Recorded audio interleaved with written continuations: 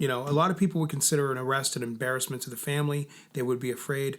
But the way I was raised, I kind of looked at it like a coming of age, and like I was cool and I could go back to school and tell the kids, yeah, I got arrested, and so that began a life of going in and out of courtrooms and getting in trouble. I had since acquired a severe addiction to crack cocaine, and so I did it more and more, but the addiction is ridiculous because it's a high that only lasts a second, and then you're after something. And so I chased that for a long time, and part of doing that was committing crimes to support it. I mean, honestly, if you don't have a job making a lot of money, but the addiction, it costs a lot of money, where is that money coming from? It's going to come from lying and cheating and borrowing and stealing, and it's just ridiculous, some of the things that I did to support that habit. And within 8 months, I was facing, a life sentence. I was back in court under arrest for 2 aggravated burglaries, a felony 2 kidnapping, and a robbery. All joking ends at the idea of getting a life sentence. So I was very concerned, and I knew I was guilty, but I was unwilling to confess that because it would cost me so much.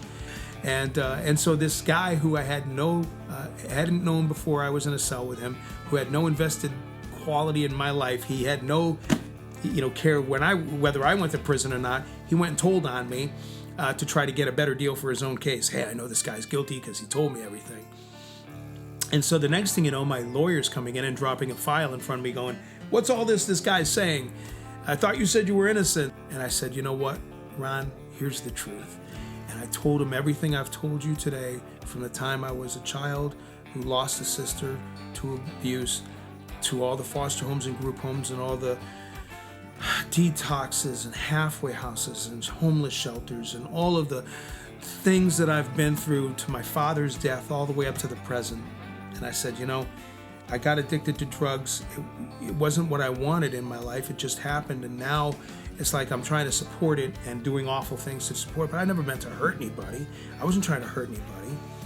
I just wanted to steal some tools, And the lawyer must have been moved by God, because the lawyer, who's probably heard 1,000 stories, 1,000 cop-outs, has probably been tried to be conned 1,000,000 times, looked me in my eye, and with a tear in his own eye, he said, Rich, I believe every word you just told me, and I'm going to fight for you, and I'm going to get you 7, 8, or 9 years, I promise you that. And I went and I laid down in a cell on my face, I shut the door, and I just lost it. And for the first time in years, the death of my father, the years of abuse, all the loss, I laid on the floor in a dirty cell. And I didn't care anymore. I just confessed everything to the Lord. And I said, I came at you in 1986 and asked you to be my father.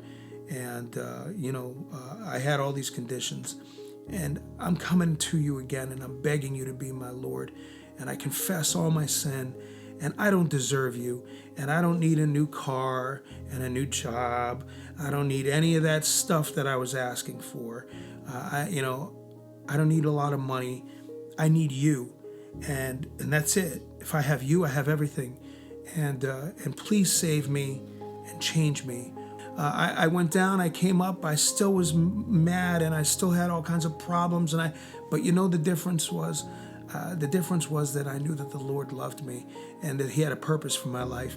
And so I began to understand the Bible like I never did before. And I began to understand it from beginning to end, that common thread of Christ from the beginning all the way through, it was about Him. It wasn't about Richard anymore. It was about the Lord and His glory. I went to Lorraine Correctional. I was shipped out to the reception center a couple of weeks later.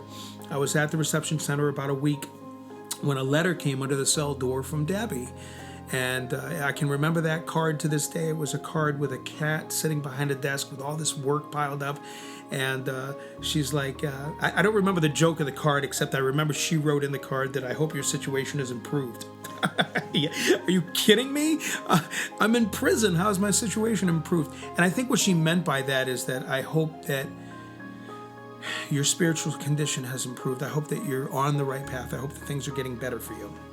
And so I wrote her and she wrote me, and I wrote her and she wrote me, and we began this friendship.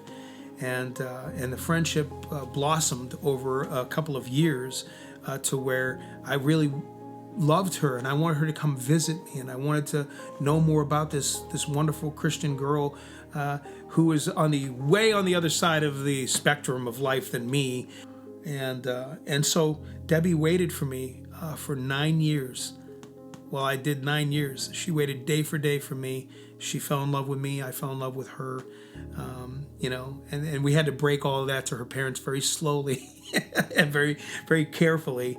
And I got out of prison in 2011 with a new life, with a new birth. The stone was rolled away, and I exited prison, and Debbie picked me up in the parking lot, and we left that prison behind us. And that very day that she picked me up, July 10th of 2011, we went to her father's house and we got married. Her brother married us in her dad's backyard. And today we have 3 beautiful little boys, and we have a 5.5-acre farm, Faithful Acres, out on West Smith Road. We've got a whole bunch of chickens, and we've got a slew of bunny rabbits, and we've got blackberries and apples, and it's heaven on earth. It really is. And we're building our life together. And today, after years of negativity and prison and self-destruction, I work with Prison Fellowship. I'm privileged to work with them to reach back in to prison.